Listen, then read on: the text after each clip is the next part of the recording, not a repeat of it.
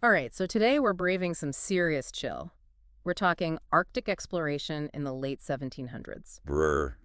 Yeah, no kidding. We're talking about a time way before Gore-Tex and GPS. Exactly. And to guide us through this, we've got these incredible letters from a guy named Robert Walton, He was a captain, dead set on reaching the North Pole. which back then basically meant sailing off the edge of the map. Pretty much. Yeah. I mean, can you imagine? No satellite phones, no real idea what you'd find out there. It kind of makes you wonder what would possess someone to even try something like that? Well, that's what makes these letters so fascinating. I mean, you can practically feel his ambition. He's driven by this almost desperate need to make a name for himself, to discover something truly extraordinary. He's not exactly the strong, silent type, is he? Not at all. Well, He spills everything in these letters, and one thing that really jumps out is how much he craves, like a genuine connection. really, even with a whole crew under his command. Yeah. He talks about how the silence of the Arctic, how it just gets to you. It's like this constant reminder of how isolated he truly is. You'd think being surrounded by all that ice and emptiness would make human contact even more precious. You'd think. But in a way, it seems to have the opposite effect on Walton. He's surrounded by people, but he feels utterly alone in his ambition. It's like the landscape itself is kind of mirroring his own internal state, all that vast emptiness reflecting his own loneliness. Exactly. And that's what makes what happens next so unsettling. Because I'm guessing things don't stay quiet and empty for long. Not at all. Picture this, you're Walton. Weeks into this journey, nothing but ice and sky for as far as the eye can see, and then a figure emerges out of the blinding white distance. Okay, now that's just creepy. Who or what does he encounter? Well, it wasn't just some fellow explorer bundled up for a stroll. Walton describes it as a gigantic figure moving across the ice with a dog sled. Okay, you've officially piqued my curiosity. I mean, was this some kind of polar bear hallucination? What did he actually see out there? No polar bear, but something almost as shocking. So do tell, who was this mysterious figure? Well, here's where things get really interesting. This giant figure, he doesn't just glide past. No, he collapses right there on the ice, on the verge of death. And guess who hauls him in from the cold? Walton. Walton. He pulls this stranger from the brink of death. It's pretty wild when you think about it. I mean, this guy Walton is desperate for a connection out there in the middle of nowhere. Totally. And bam, he finds it in the most unexpected way possible. It's like something out of one of his adventure books, right? Rescuing this stranger from the ice. Yeah, but this isn't just some random sailor caught in a storm. Walton describes him as, well, how did he put it? Almost otherworldly. Yeah, he really plays up the stranger's appearance. So what are we talking about here? Was this guy like 9 feet tall with glowing eyes or something? Okay, so Walton's a bit vague on the specifics, but he keeps talking about this aura of suffering around the stranger, like a visible sadness that both draws him in and kind of freaks him out at the same time. Intense. I can see why Walton was so drawn to this guy. After weeks of nothing but ice and his own thoughts, he suddenly stumbles upon someone who seems to have lived a dozen lifetimes worth of experiences. Right. It's like finding a talking sphinx buried in your backyard. You just have to know more. Absolutely. But how do you even begin to break the ice, so to speak?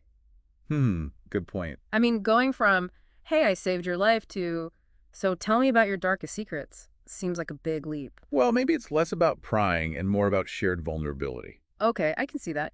Two guys, both feeling isolated and alone, finding some kind of connection in the most unlikely of places. Exactly. And that's what happens eventually. The stranger spills the tea. He does. He decides to tell Walton his story, and trust me, this is where things get really good. It's a story so wild, so disturbing, that it's still relevant centuries later. All right, you sold me. Take us back.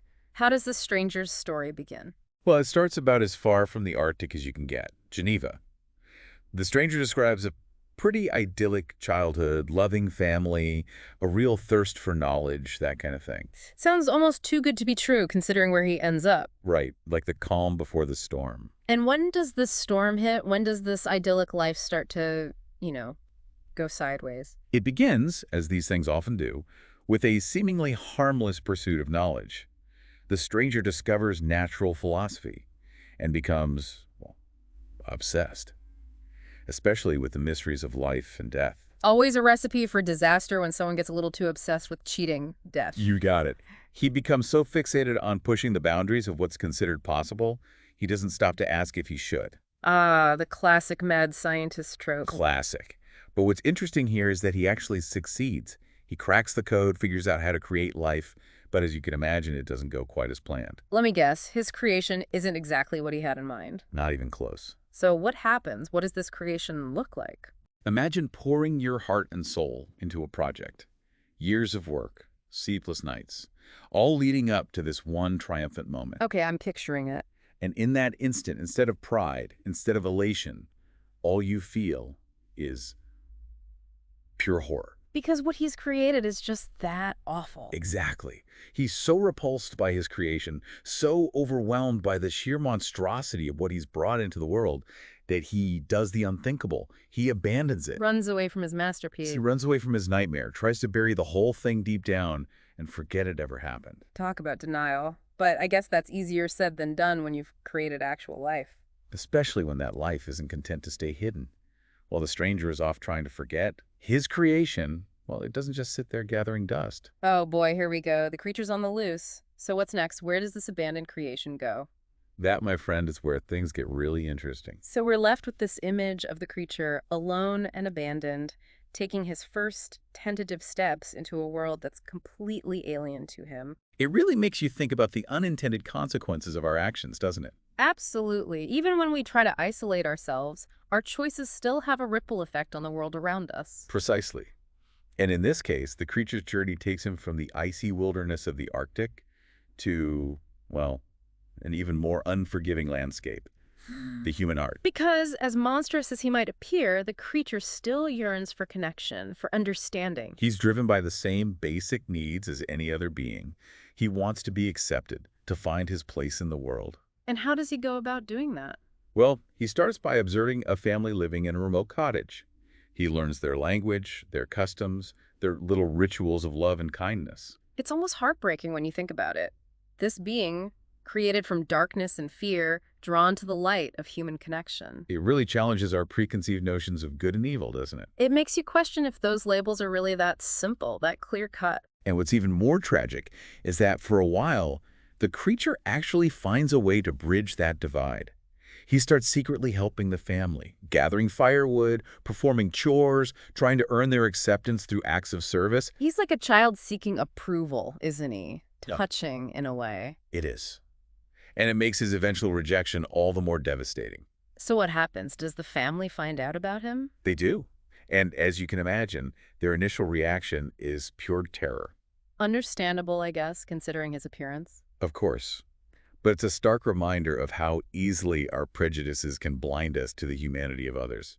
And for the creature, this rejection is a turning point. All that hope, all that yearning for acceptance, it's just completely shattered. And in his rage and despair, he lashes out.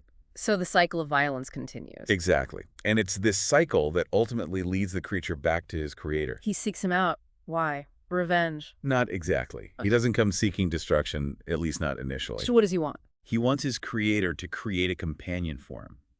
Someone who understands his burden of existence, his isolation. A pretty bold request. To say the least. Yeah. But it makes you think about the nature of companionship.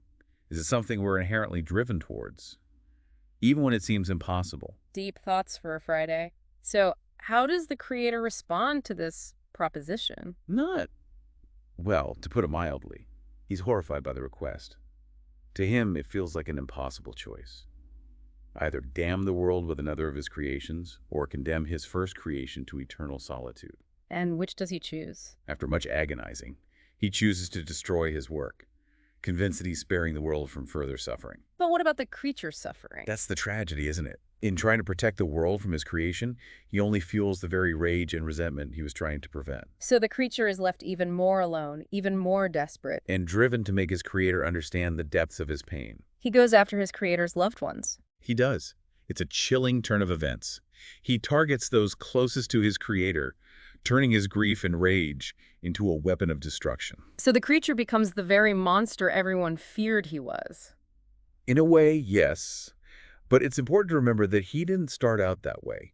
He was driven to it by loneliness, by rejection, by the very human need for connection. It's a good reminder that monsters aren't born, they're made. And in this case, both creator and creature seem to be trapped in this tragic cycle of their own making. Absolutely. And it's a cycle that ultimately leads them both to the ends of the earth, to that same frozen wasteland where it all began. And to Walton, who just happens to be sailing by. Right. And it's there, aboard Walton's ship, that the creator finally breathes his last. His life's work unfinished, his dreams turn to ashes. So it's the end of the line for him, but what about the creature? That's the haunting part. He's drawn back to the source of his creation, appearing one last time at the side of his creator's body. What happened? It's hard to say for sure. There's a sense of grief in the creature's words, a kind of remorse that's both unexpected and deeply moving. So maybe there's hope for him yet. It's possible. But ultimately, he chooses to vanish back into the frozen wilderness, leaving Walton and us as readers to ponder the true meaning of his story. It's a story that stays with you, that's for sure. Makes you think about ambition, about isolation, about the fine line between creation and destruction. And about the power of storytelling itself. How even in the most extreme circumstances, even amidst the icy desolation of the Arctic, we find ways to connect, to share our stories, to make sense of this strange and often terrifying world. Well said. And on that note, I think we've all earned a nice cup of hot cocoa. Thanks for braving the cold with us today. Until next time, keep exploring those uncharted territories, but maybe pack a scarf and gloves while you're at it.